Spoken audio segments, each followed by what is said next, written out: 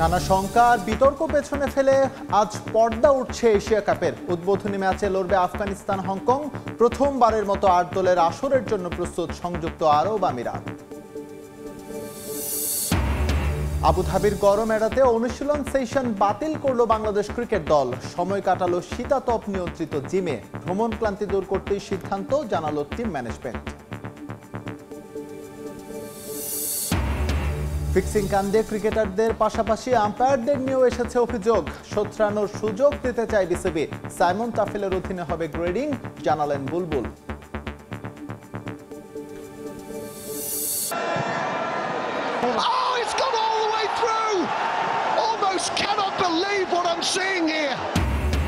শ্বাসরুদ্ধকর ম্যাচে ইসরায়েলকে ৫-৪ ব্যবধানে হারালো ইতালি। টিকে রইল বিশ্বকাপের আশা।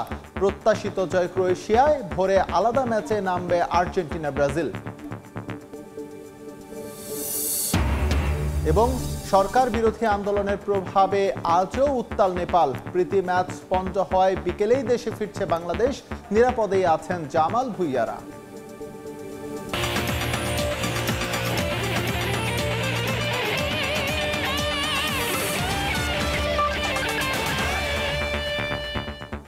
বিশ্বের নানা প্রান্তের খেলাধুলার খবর নিয়ে আমাদের নিয়মিত আয়োজন খেলার সময়। আর এই আয়োজনে আপনাদের সঙ্গে আছি আমি এসএম ইকবাল। খেলার সময় শুরুর আগে যাব ডাকসু নির্বাচনের খবরে। এই মুহূর্তে টিএসসিতে আছেন রিপোর্টার তোহা খান তামিম এবং university laboratory school and college কেন্দ্রে আছেন রৌনক নিয়ন্তা। প্রথমেই যাচ্ছি তোহা খান তামিমের কাছে। অভিযোগ পাল্টা অভিযোগ আর কথা লড়াই, একেবারে জমজমাট ডাকসু নির্বাচন।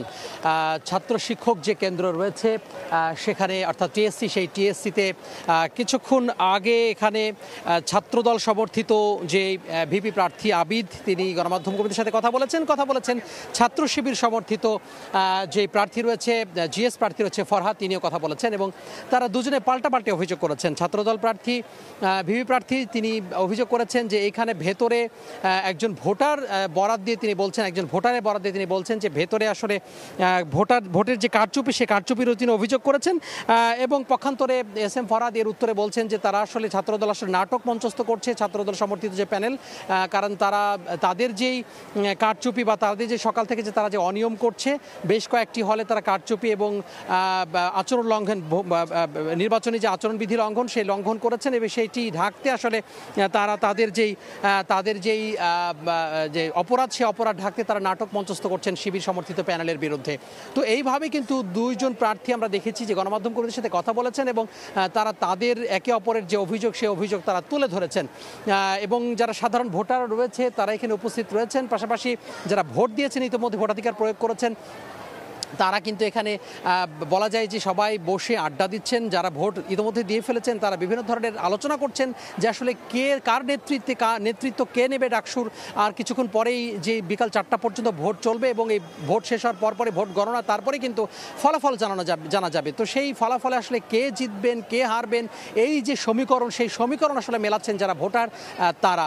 আমরা যথেষ্ট ভিড় আসলে লক্ষ্য করছি। সকাল থেকে আমরা দেখেছি যে রোকেয়া হলে যে সমস্ত ভোটাররা রয়েছেন, সেই ভোটাররা এখানে উপস্থিত ছিলেন এবং লম্বা লাইন ধরে এই টিএসসি কেন্দ্রে তারা ভোটাধিকার প্রয়োগ করেছেন। যদিও এখন লম্বা লাইন নেই, তারপরেও তারা মোটামুটি যারা এখনো যেই যারা ভোটার রয়েছেন তারা আসলে ভেতরে প্রবেশ করছেন এবং তাদের ভোটাধিকার তারা প্রয়োগ করছেন এবং বের হচ্ছেন। তো এই ছিল টিএসসিতে আমার হাতে সবশেষ। এখন আমরা চলে যাব আরেকটি কেন্দ্রে, ঢাকা বিশ্ববিদ্যালয়। সেখানে আছেন আমাদের সহকর্মী রৌনক নিয়ন্তা। ঢাকা বিশ্ববিদ্যালয় কেন্দ্রীয় ছাত্র সংসদ ও হল সংসদীয় ডাকসু নির্বাচন সকাল থেকেই শুরু হয়েছে। সকাল 8টা থেকে শুরু হয়েছে, ভোট গ্রহণ চলবে বিকাল 4টা পর্যন্ত। আমরা ডাকসু নির্বাচনের খবর জানছিলাম তোহা খান তামিমের কাছ থেকে। সংযোগ স্থাপন চেষ্টা করা হয়েছিল রৌনকের সঙ্গে, দুঃখিত তার সঙ্গে সংযোগটি বিচ্ছিন্ন হয়। আমরা এখন চলে যাচ্ছি আমাদের খেলার সময়ের নিয়মিত আয়োজনে।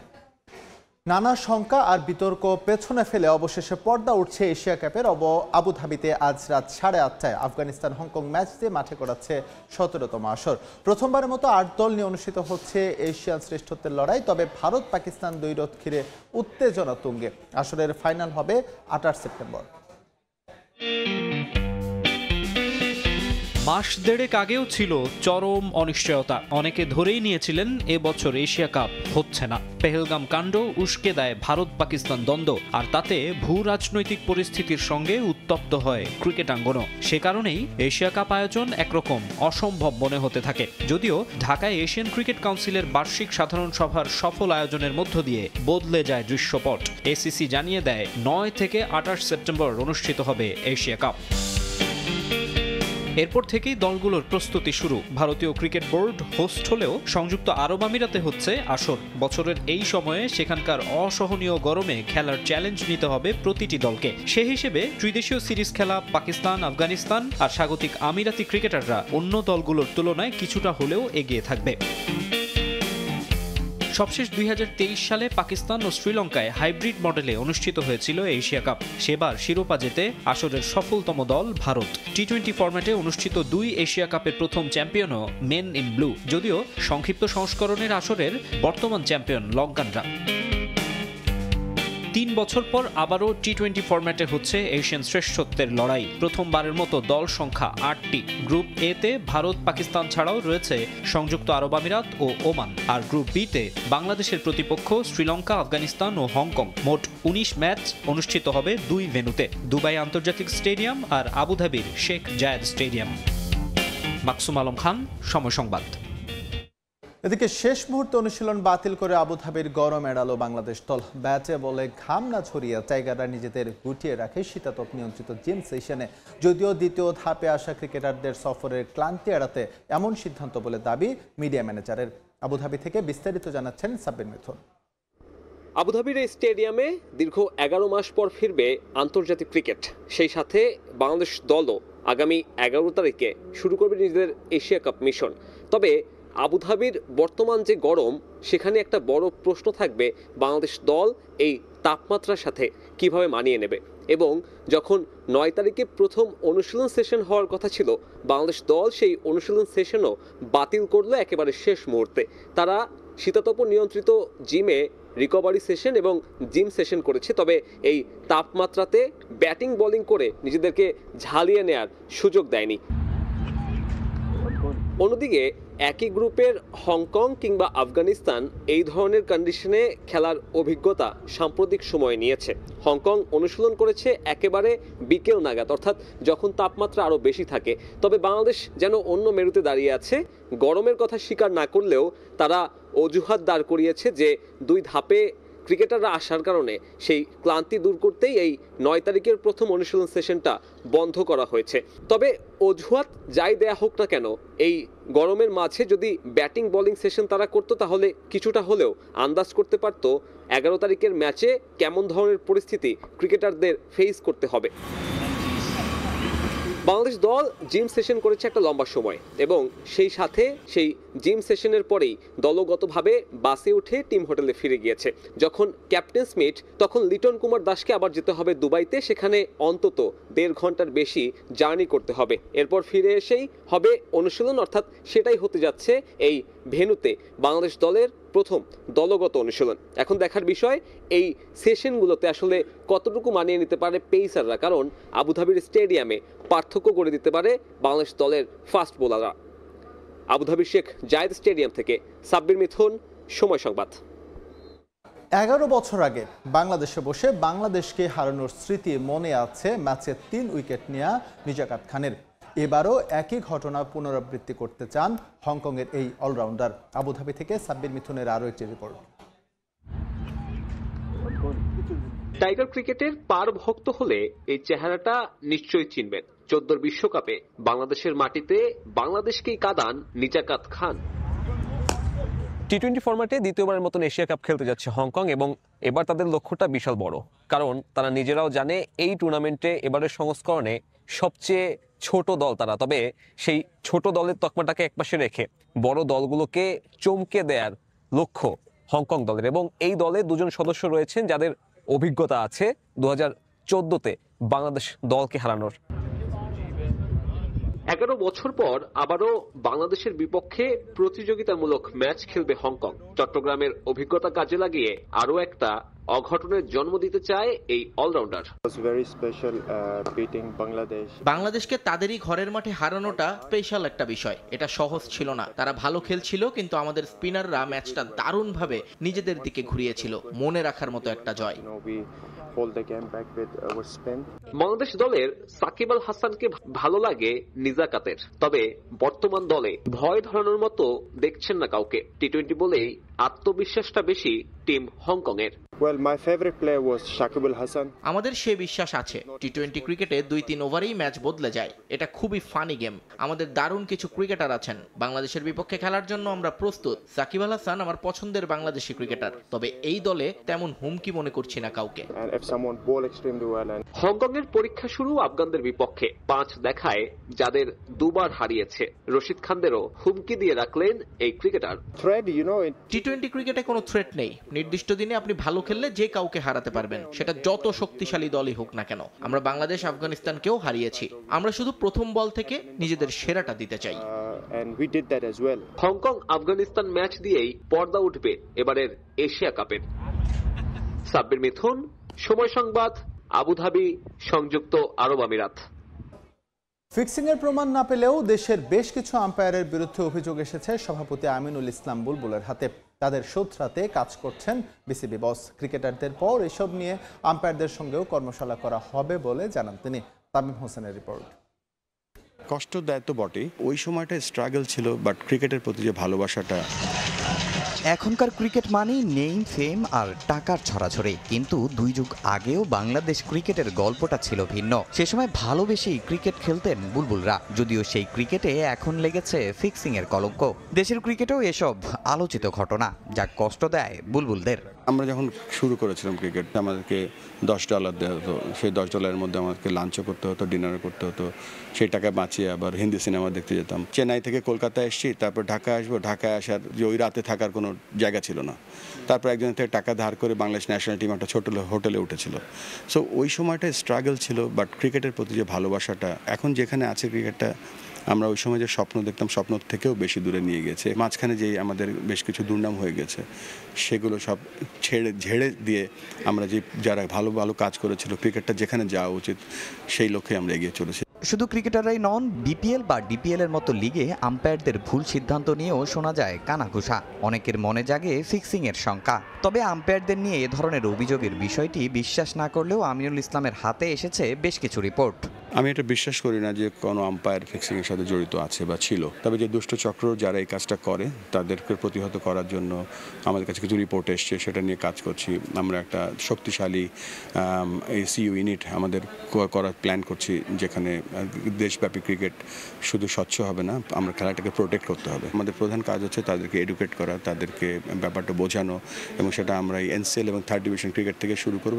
তবে সবচেয়ে কষ্টের জীবন পার করছেন জেলা ও বিভাগে কাজ করা আম্পায়াররা। জেলায় জেলায় লিগ নেই বহু বছর ধরে। নতুন নীতি অনুসারে তাদের ঢাকায় আনার পরিকল্পনা নেই বোর্ডের। বিকল্প ভাবছেন বুলবুল। তামিম হোসেন, সময় সংবাদ, সিলেট। শঙ্কা ও গুঞ্জন থাকলেও যথাসময়ে হবে বাংলাদেশ ক্রিকেট বোর্ডের নির্বাচন, যেখানে বিসিবিকে পূর্ণ সহায়তার আশ্বাস দিয়েছে যুব ও ক্রীড়া মন্ত্রণালয়। গেল 1 বছরের ক্রীড়াঙ্গনে সরকারের সফলতা ও ব্যর্থতা নিয়ে সিনিয়র সাংবাদিকদের সঙ্গে আলোচনা শেষে এমন মন্তব্য করেন যুব ও ক্রীড়া উপদেষ্টা আসিফ মাহমুদ সজীব ভুইয়া। সময় যত ঘনিয়ে আসছে, ততই কানাঘুষা বাড়ছে বাংলাদেশ ক্রিকেট বোর্ডের নির্বাচন নিয়ে। বিসিবির নির্বাচনে সভাপতি পদের লড়াইয়ে দেখা যেতে পারে 2 হেভিওয়েট প্রার্থী, বর্তমান প্রেসিডেন্ট আমিনুল ইসলাম বুলবুল ও সাবেক অধিনায়ক তামিম ইকবালকে। গুঞ্জন শোনা যাচ্ছে সভাপতি পদে লড়তে পারেন বোর্ডের সাবেক সভাপতি ফারুক আহমেদও। তবে কিছুদিন আগে স্বরাষ্ট্র মন্ত্রণালয়ে এক চিঠি দেন বিসিবির বর্তমান সভাপতি আমিনুল ইসলাম বুলবুল। নির্বাচন থেকে সরে যেতে নাকি হুমকি পেয়েছেন দেশের ক্রিকেটের প্রথম টেস্ট সেঞ্চুরিয়ান। তবে যুব ও ক্রীড়া উপদেষ্টা বললেন, শঙ্কা কিংবা গুঞ্জন যাই হোক, বিসিবির নির্বাচন হবে যথাসময়ে। যেহেতু বিসিবি একটা স্বতন্ত্র সংস্থা, বিসিবি সকল সিদ্ধান্ত নেবে, তবে সরকারের পক্ষ থেকে আমাদের সর্বোচ্চ সহযোগিতা থাকবে যথাসময়ে বিসিবি নির্বাচন আয়োজন করার বিষয়ে। এক্ষেত্রে নানা ধরনের গুঞ্জন শোনা যায়, তবে আমাদের দিক থেকে চেষ্টা থাকবে যেন আমরা যথাসময়ে নির্বাচনটা আয়োজন করতে পারি। গেল এক বছরের ক্রীড়াঙ্গনে সরকারের সফলতা, ব্যর্থতা ও অপূর্ণতা নিয়ে সিনিয়র সাংবাদিকদের সঙ্গে আলোচনায় বসেন যুব ও ক্রীড়া উপদেষ্টা আসিফ মাহমুদ সজীব ভুঁইয়া, যেখানে আমন্ত্রণ জানানো হয় বিসিবি ও বাফুফের সভাপতিকেও। সাংবাদিকদের কাছ থেকে বিভিন্ন বিষয়ে পরামর্শ নেন উপদেষ্টা। অনেকগুলো গুরুত্বপূর্ণ ইনসাইট, মতামত, পরামর্শ আমরা পেয়েছি এবং আমি নোটও নিয়েছি। খুব ভালো ভালো কিছু পরামর্শ এসেছে, যেমন স্পোর্টসে যারা স্পন্সর করে তাদেরকে নিয়ে একটা কর্পোরেট সামিট আয়োজন করা, স্কুল কলেজের মাঠগুলোকে খেলার জন্য শহরগুলোতে আপনারা যেন উন্মুক্ত থাকেন, উন্মুক্ত করা যায় কিনা, এই বিষয়গুলো নিয়ে আমি মনে করি কাজ করার সুযোগ আছে। ক্রীড়া মন্ত্রণালয়ের অবকাঠামো উন্নয়ন করে দেশের ক্রীড়া খাতকে এগিয়ে নেওয়ার প্রত্যাশা ক্রীড়া উপদেষ্টার। ফাহিম ইসলাম, সময় সংবাদ, ঢাকা। বিশ্বকাপ বাছাই নিজেদের শেষ ম্যাচে কাল ভোরে ইকুয়েডরের মুখোমুখি হবে আর্জেন্টিনা। এই ম্যাচে খেলবেন না লিওনেল মেসি, আলবি সেলেস্তেদের নেতৃত্ব দেবেন নিকোলাস ওতামেন্ডি। ম্যাচ শুরু হবে ভোর 5টায়। আরেক ম্যাচে ভোর 5:30টায় বলিভিয়ার বিপক্ষে লড়বে ব্রাজিল। 2026 বিশ্বকাপে দক্ষিণ আমেরিকা অঞ্চলের বাছাইয়ে অস্ত নামার পালা। শেষ সময়ে রং তুলির আঁচড়ে শেষটা রাঙানোর অপেক্ষায় দলগুলো। এরই মধ্যে 17টি ম্যাচ খেলে ফেলেছে বিশ্ব চ্যাম্পিয়ন আর্জেন্টিনা। যুক্তরাষ্ট্র, কানাডা ও মেক্সিকোতে অনুষ্ঠেয় বিশ্বকাপ তাদের আগেই নিশ্চিত হয়ে গেছে। এখন শুধু শেষটা জয়ে রাঙানোর অপেক্ষায় আর্জেন্টিনা। গত শুক্রবার ভেনেজুয়েলার বিপক্ষে স্তাদে মনুমেন্টালে ঘরের মাঠে নিজের শেষ প্রতিযোগিতামূলক ম্যাচ খেলে ফেলেছেন মেসি। বিশ্বকাপ জয়ের নায়কের শেষ ম্যাচ বিশেষ আয়োজনে স্মরণীয় করে রাখে দেশটির ফুটবল অ্যাসোসিয়েশন। প্রিয় মাঠে জোড়া গোলে ভেনেজুয়েলা ম্যাচ স্মরণীয় করে রাখেন মেসি। টানা খেলায় ক্লান্ত আর্জেন্টাইন তারকা আগেই জানিয়েছিলেন ইকুয়েডরে ভ্রমণ করতে চান না তিনি। মেসির ইচ্ছার প্রতি সম্মান জানিয়ে তাকে আনা হয়নি দেশটিতে। বিশ্বকাপ বাছাইয়ে দক্ষিণ আমেরিকা অঞ্চলে 17 ম্যাচ খেলে 12 জয়, 2 ড্র ও 3 হারে 38 পয়েন্ট নিয়ে রাজত্ব করছে আলবি সেলেস্তে। লিওনেল মেসি না থাকায় তার পরিবর্তে নেতৃত্ব দেবেন নিকোলাস ওতামেন্দি। জাতীয় দলের হয়ে এ 2 ম্যাচ খেলার অনুমতি পাননি বেনফিকা ডিফেন্ডার। ক্লাবের মতের বিরুদ্ধে গিয়েও এসেছিলেন আর্জেন্টিনায়। যদিও ঘরের মাঠে মেসির শেষ প্রতিযোগিতামূলক ম্যাচে অনেকে ভুলে গিয়েছিলেন, ওতামেন্দিরও সেটা ছিল আর্জেন্টিনায় শেষ প্রতিযোগিতামূলক ম্যাচ। দলের প্রতি এই ফুটবলারের এমন নিবেদনে তাকে প্রশংসায় ভাসিয়েছেন কোচ স্ক্যালোনি। দীর্ঘ ক্যারিয়ারে ওতামেন্দি আর্জেন্টিনা দলের রক্ষণে গুরুত্বপূর্ণ অংশে পরিণত হয়েছে। তার অবদান কোনোভাবেই কম নয়। বিশ্বকাপ বাছে খেলতে সে ক্লাবের চেয়ে জাতীয় দলকেই বেশি গুরুত্ব দিয়েছে। আর্জেন্টিনা দলে তার অবদান কোনোভাবেই কম নয়। ইকুয়েডরের বিপক্ষে সে দারুণভাবে ভূমিকা রাখবে আশা। সব মিলিয়ে শেষ ম্যাচেও জয় চাই আমরা। নিষেধাজ্ঞার কারণে ইকুয়েডরের বিপক্ষে খেলতে পারবেন না ডিফেন্ডার ক্রিস্টিয়ান রোমেরো। তার পরিবর্তে দেখা যাবে লিওনার্দো বারেলদিকে। আক্রমণে লাউতারো মার্তিনেজের সঙ্গে থাকবেন হুলিয়ান আলভারেজ। আর্সেনালের বিপক্ষে লিভারপুলের ম্যাচ শেষে দেরিতে ক্যাম্পে পৌঁছানোয় ভেনেজুয়েলা ম্যাচে খেলতে পারেননি অ্যালেক্সিস ম্যাক অ্যালিস্টার। তবে এ ম্যাচে খেলবেন এই তারকা। এছাড়া খুব বেশি পরিবর্তন হবে না শেষ ম্যাচের একাদশে। দুদলের এখন পর্যন্ত দেখা হয়েছে 41টি ম্যাচে। এর মধ্যে ইকুয়েডর জয় পেয়েছে মাত্র 5 বার। আর্জেন্টিনা জিতেছে 25টি ম্যাচে, ড্র হয়েছে 11 ম্যাচ। পারভিন আক্তার, সময় সংবাদ। খেলা সময়ের শীর্ষ সংবাদগুলো জানিয়ে দিচ্ছি আরেকবার। নানা শঙ্কার বিতর্ক পেছনে ফেলে আজ পর্দা উঠছে এশিয়া কাপের উদ্বোধনী ম্যাচে লড়বে আফগানিস্তান হংকং। প্রথমবারের মতো 8 দলের আসরের জন্য প্রস্তুত সংযুক্ত আরব আমিরাত। ফিক্সিং কাণ্ডে ক্রিকেটারদের পাশাপাশি আম্পায়ারদের নিয়েও এসেছে অভিযোগ। শোধরানোর সুযোগ দিতে চায় বিসিবি। সাইমন তাফেলের অধীনে হবে গ্রেডিং, জানালেন বুলবুল।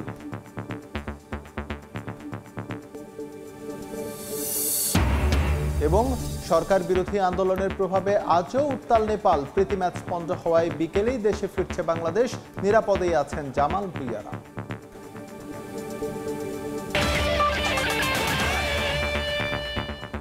এই ছিল খেলার সময়ের এখনকার আয়োজন। সঙ্গে থাকুন সময়ের।